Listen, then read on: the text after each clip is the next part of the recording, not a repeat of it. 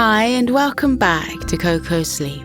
I hope you're enjoying this podcast of original children's bedtime stories and meditations designed to make bedtime a dream. Just talking to your adult for 1 second. If this podcast helps your little one to sleep, please find the time to leave us a short review. It will help our stories reach more people and we'll be so grateful that you did. Tonight, I'm going to read you a warm-hearted story that's all about the power of friendship and teamwork. Let's hear how bunny rabbits Bertie and Bobby hop to the rescue and go on an adventure to find the moon and put it back into the night sky. Snuggle down, relax, and close your eyes. Breathe in and out nice and deeply. In and out. In and out. And now it's time for Luna's Lost Moon by Alicia Ainsley.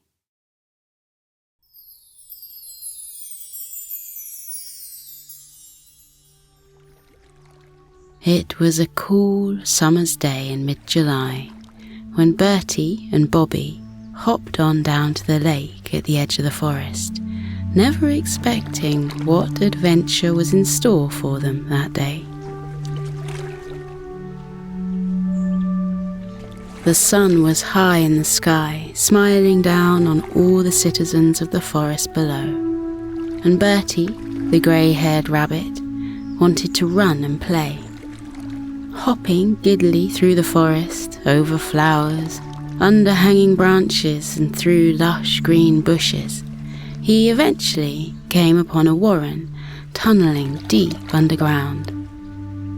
Peeping his little head into the hole, he called out, "Bobby! Bobby! Come out and play!" After a few moments, he heard the sound of rustling, and he saw his friend's furry face peep out from the warren. "Hello, Bertie. What a beautiful day it is. The sun is so beautiful today, it seems as though it will never end." "Then let's get out and make the most of it," Bertie exclaimed, turning on his heels and hopping off. Bobby shuffled his way out of the warren, head to fluffy tail, and followed Bertie as he hopped off through the forest. The pair ran with such speed and uncontained glee, with their floppy ears billowing behind them in the wind. The birds chirped overhead, cheering them on as they raced the neighbouring bunnies to the lake. Eventually, Bertie and Bobby made it to the edge of the lake, where they took a moment to drink and freshen up. The lake was busy today with the woodland creatures all sunbathing along the banks. It seemed like everyone was wanting to make the most of the glorious sun today.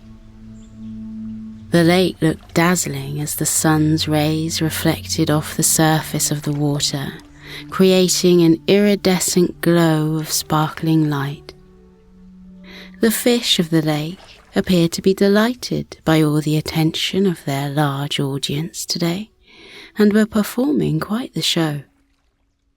On a normal day, the fish lazily swam around the lake, rarely emerging from under the surface except to say hello on occasion to a sunbathing frog. But on this occasion, the fish were pulling out all the stops to entertain the crowds of animals that had gathered around their home. Bertie and Bobby giggled as they watched the fish fly through the air, swapping places with one another and creating formations in the air, all perfectly synchronized like a choreographed dance. "I always knew the fish were secret show-offs," Bobby whispered to Bertie, and they laughed fondly. The colourful fish were performing remarkably well today. However, Bertie's favourite of the fish in the lake were the silverfish that came out at night. Under the blanket of night, in the moon's beams, when everyone else had gone to bed, the silverfish would propel themselves out of the water and perform the most unbelievable cartwheels, somersaults, and turns in the air, before landing gracefully back in the water, barely leaving a ripple behind. During the day, they remained below the surface of the lake, resting and preparing for the goddess Luna to bring out the moon to its rightful place in the sky, when they would finally emerge and take their place on centre stage. Often, Bertie would sneak away on a night from his cosy family warren to come and lie by the side of the lake and watch the silverfish perform their spectacular show in the spotlight created by the moon's beams. He liked to think that the silverfish put on this show specially for the goddess Luna, to thank her for all the moon did for the world and the peace and tranquility that it brought. Bobby looked around the sides of the lake for a spot for them to lay, but there didn't seem to be a prime spot anywhere. "It's too busy here," Bobby sighed, looking round for a spot to relax. "Let's head over to the reeds and see if we can find somewhere to rest there." The fluffy duo hopped off around the backs of the resting deer, the bathing otters, and the napping herons, in search of the reeded area, hoping they could find a spot to relax around there. Where the reeds stood, it was sheltered from the brightness of the sun, and there was a soothing, cool breeze rushing through the reeds, swaying them gently from side to side. It was much better here. Bertie and Bobby slinked effortlessly through the tall, grassy plants until they came upon the bank of the lake.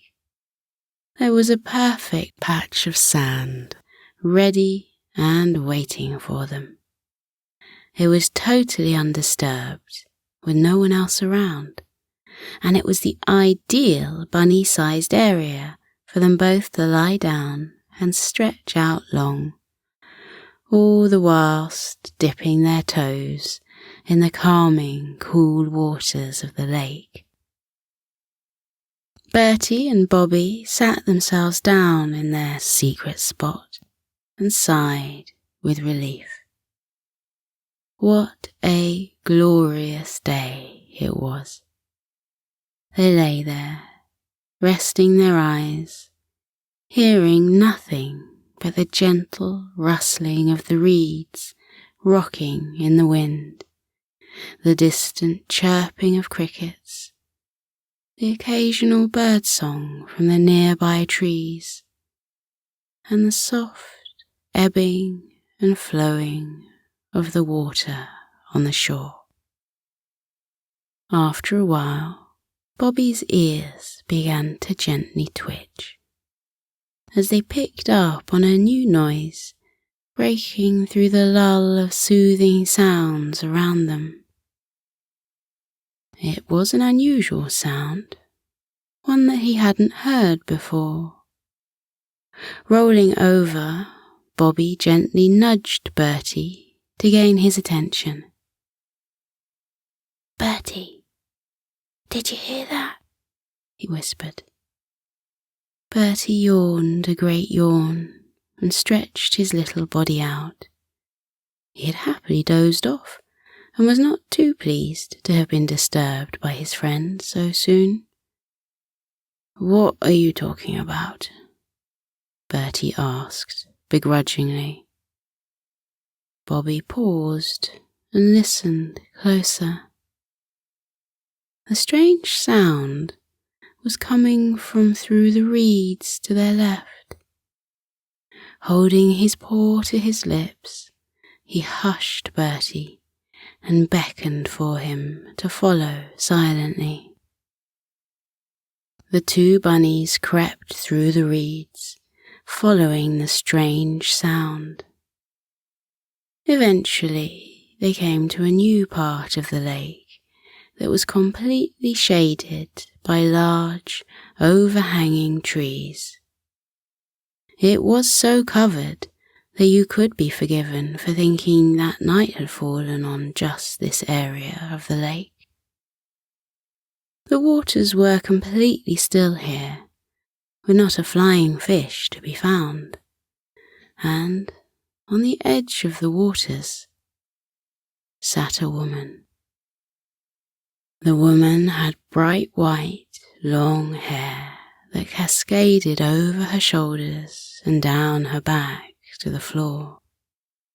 She wore a long, sparkling silver dress and a silky shawl that was held on by dazzling diamond beads that spiraled up and down her arms, all the way to her fingertips. She was very beautiful, but there was something wrong. Her purple eyes glistened with longing, and her brow was furrowed with concern. Bobby tilted his head to the side. "What do you think is the matter with her?" he said to Bertie. "Well, how am I supposed to know?" Bertie replied, ever the practical one of the pair. "Let's go ask her."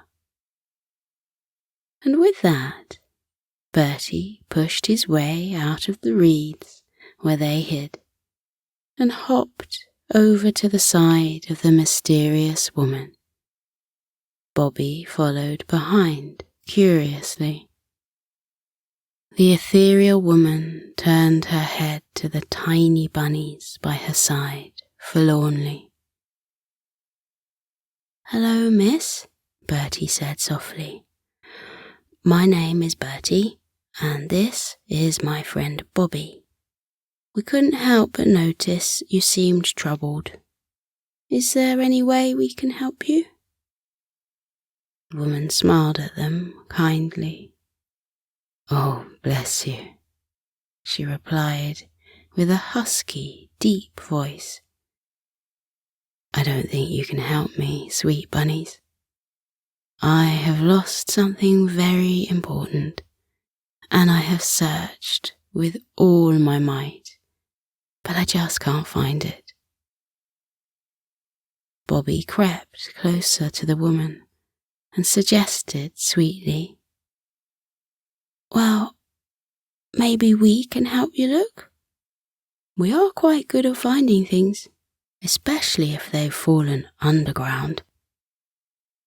The woman laughed gently.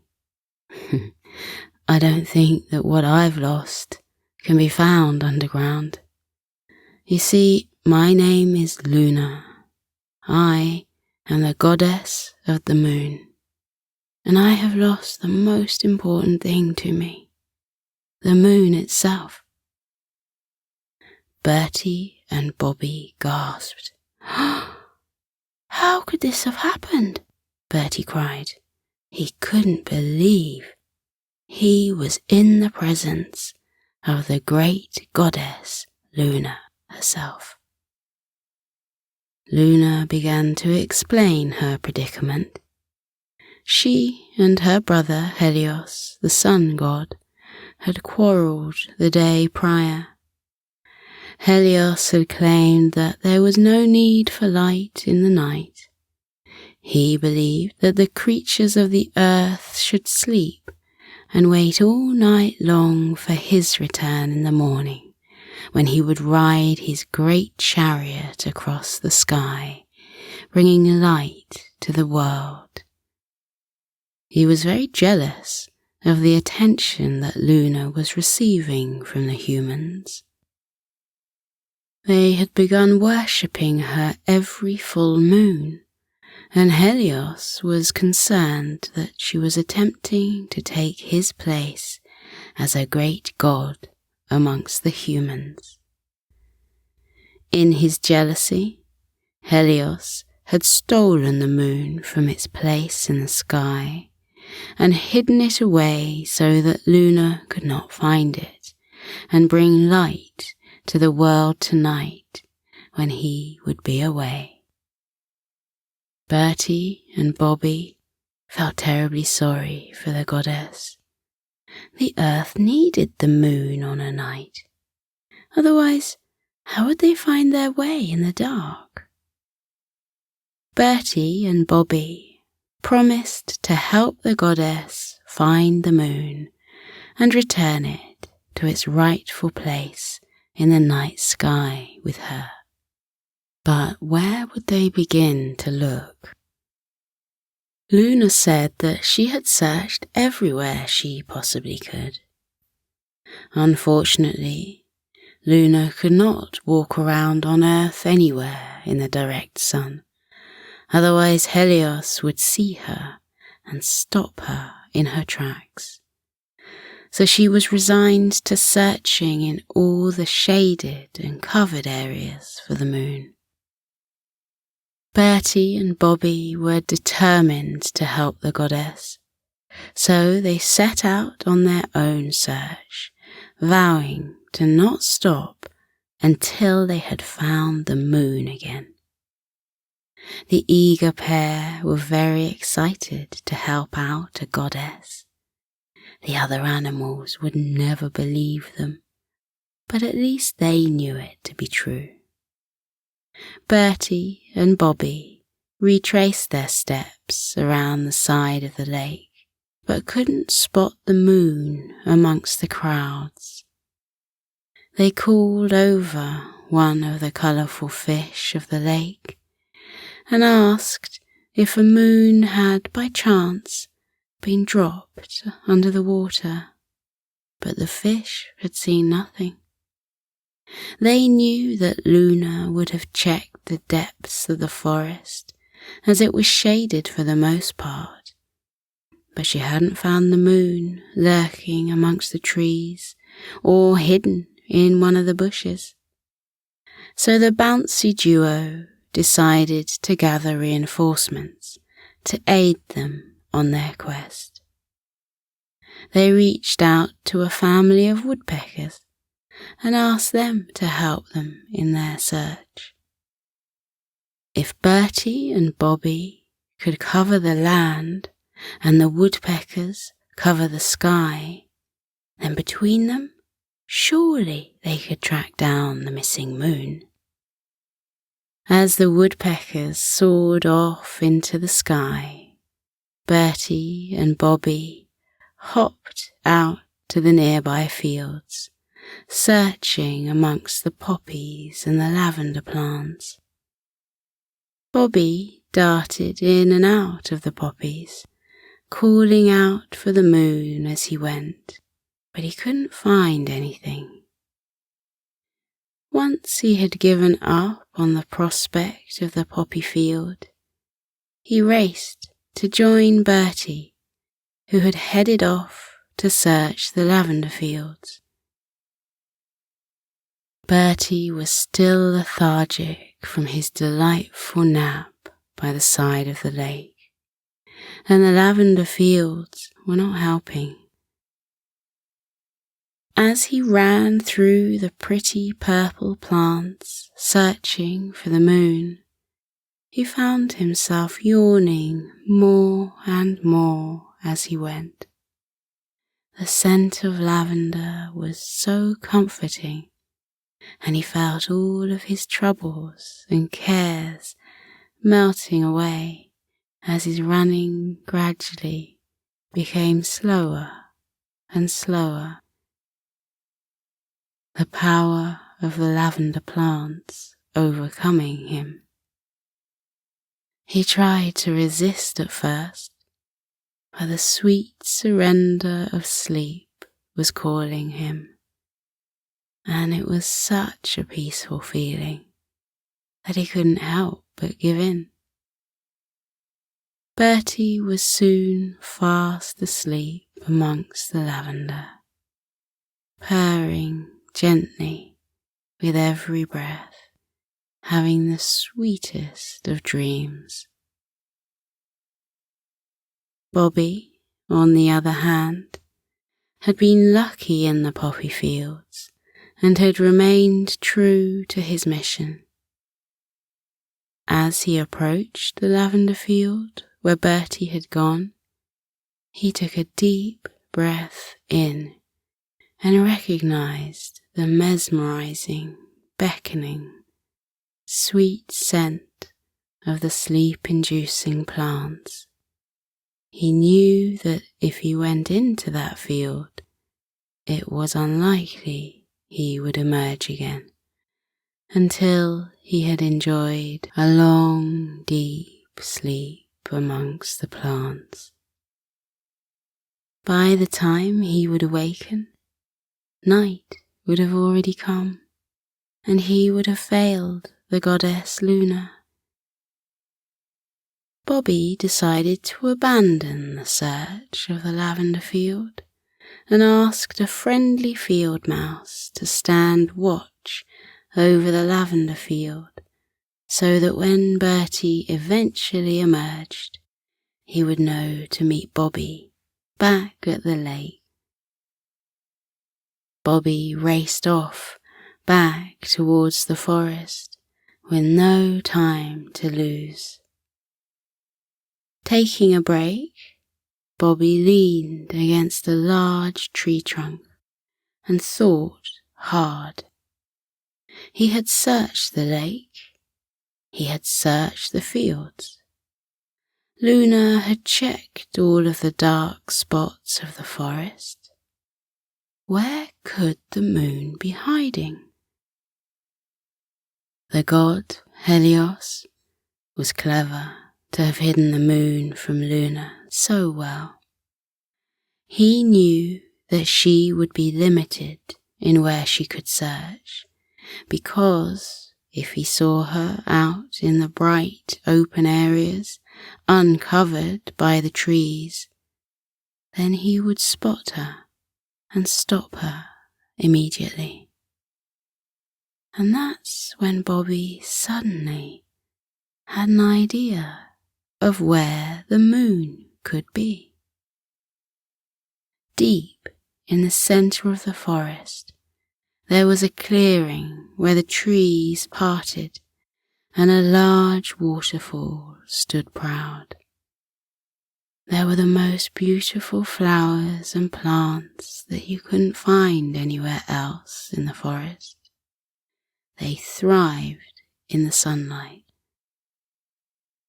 If Helios wanted to hide the moon somewhere that Luna couldn't easily get to without him seeing her, this would be the perfect place. He would spot her as soon as she set foot in the clearing. Bobby raced off deep into the forest, convinced that he had figured out where the moon was hidden. He ran gracefully over the dirt tracks, dodging trees and fallen branches, leaping over brooks and ignoring the greeting calls of fellow forest creatures. He was on a mission. He was soon joined in his race by the family of woodpeckers they had enlisted for help. As they flew above him, keeping up speed, the mother woodpecker called out, "We have seen the moon, Bobby. It is in the great clearing of the forest." Bobby grinned with pride. "I know. That's where I'm heading right now." Together, Bobby and the woodpeckers journeyed through the forest until they came upon the entrance to the clearing Bobby had never been to the clearing before, but had only heard of it. It was just as glorious as his mother had once described. The grass was greener than any Bobby had seen. It glistened like emeralds in the sunlight. Beds of flowers of all colours bloomed fully, sharing their gorgeous floral scents with the world. Bobby had never smelt anything so delightful. As he breathed it all in, all the fresh scents of the forest, he closed his eyes and basked in the tranquility of this moment. There were barely any sounds to be heard except the singing of the birds overhead and the trickling of the waterfall. The great waterfall stood proudly with its blue waters gushing over and down the side of the mountain of rocks. The water gathered at the bottom, creating a breathtaking plunge pool that an array of birds were bathing in. A small, bright, multicolored rainbow curved its way from the falling water to the center of the pool, and at the bottom of the rainbow lay the moon. It bobbed in the water, discarded by the jealous god Helios. Bobby was delighted and started to approach the moon. But when he got to the side of the plunge pool, he realized something.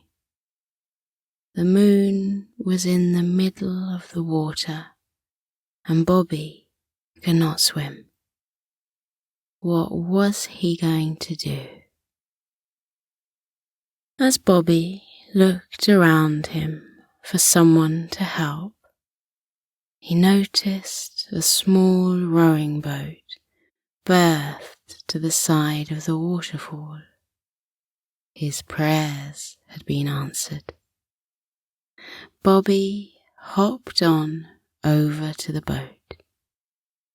Inside it, there were 2 wooden paddles and a pile of thick rope. It was perfect. Bobby used his head to nudge the boat closer to the water, ready to jump inside, when he heard a little voice cry out from behind, "Wait for me!" Bobby turned around to see Bertie emerge from the forest and enter the lights of the clearing. He was so relieved to see his friend. He didn't want to go on this adventure without him. Bertie met Bobby at the boat and proclaimed, "I had the most lovely dreams in the lavender field, and when I woke, I knew exactly where to find the moon, and it brought me here, to you." Bobby giggled and ordered his friend to jump inside the boat. Once they were both inside, they took a paddle each and rowed their way over to the moon. The moon was far too heavy to pull into their boat, so they decided to make the most of what they had. They pulled up close to the moon and wrapped the thick rope around it, creating a lasso of sorts. They then tied the end of the rope to the back of the boat and began rowing back to shore. They noticed that the sun was growing dimmer in the sky as they rowed, and the day would soon abruptly come to an end. They didn't have enough time to get the moon back to Luna for nightfall, and they weren't sure how they would move the moon once they got it to land. They were only small forest bunnies, after all. Pulling up to land again, Bertie and Bobby pulled the rope holding the moon and brought it to shore. They were so tired from all of the running and rowing of the day. They weren't sure they had the energy to get back to Luna by the side of the lake to let her know they had found the moon. Just as they had almost given up hope of fulfilling their mission in time, the father from the woodpecker family flew out of the forest and landed by their side. Following behind was Luna, the goddess of the moon. While the rest of the woodpecker family had found Bobby, the father had informed Luna and brought her to the clearing too. Luna was ecstatic to see that Bertie and Bobby had found the moon for her. She called out to them from the shade of the forest, "Please bring the moon to me here. If I step out into the clearing, then Helios will see me." Bertie and Bobby looked at one another, worry creeping across their faces. How would they be able to pull the moon across the ground to the forest on their own? But before they could ask, the woodpecker family huddled together and grabbed the rope with their claws.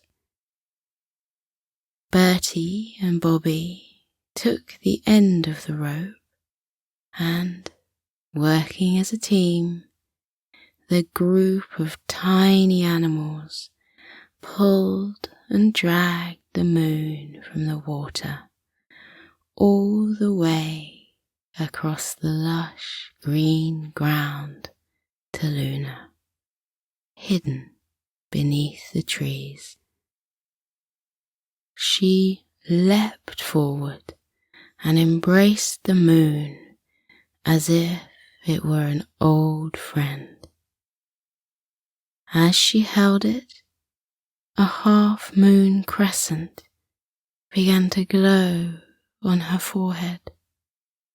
She had been reunited with her purpose and her power source. "Thank you so much, all of you," she said gratefully. "Now I must hurry. Night is almost upon us, and I need to put the moon back in time."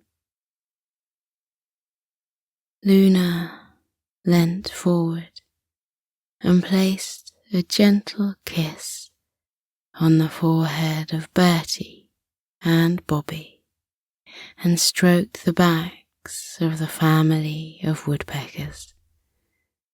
Then she wrapped her arms around the moon, closed her eyes, and as the crescent on her forehead began to glow, she disappeared magically.